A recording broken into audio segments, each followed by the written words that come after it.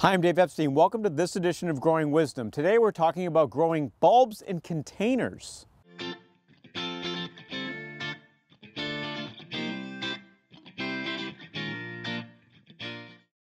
I have a love-hate relationship with tulips, and the video is called Bulbs in Containers, but it could be tulips in containers, it could be daffodils in containers.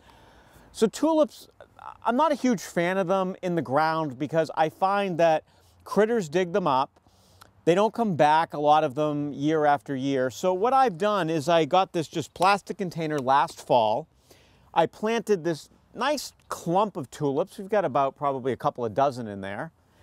And I planted them in late fall, probably early November, kept it evenly moist, and it was in the garage all winter long.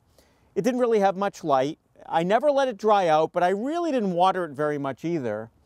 And then as it got time for things to warm up in February and early March, I noticed it's starting to sprout. I moved it to a window in the garage, watered it a little bit, and then once we got to that time of the season where I wasn't really worried about very heavy frost or snow, I moved it outside, and you can see the result. So we have a container of tulips that we started last fall, and they're all blooming, and they're happy because it's raining out a little bit right now. So it's a way in which you can use this container. I'll use it for the spring.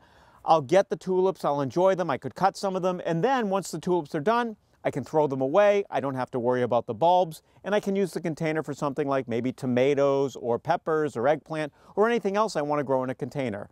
Rather than put this variety of bulbs in the ground, something like we would do with daffodils, because of tulips and because of everything I said at the beginning of the video, I've chosen to grow them in containers. So here's a way, even if you don't have a big yard, you can enjoy tulips in early spring. For Growing Wisdom, I'm Dave Epstein.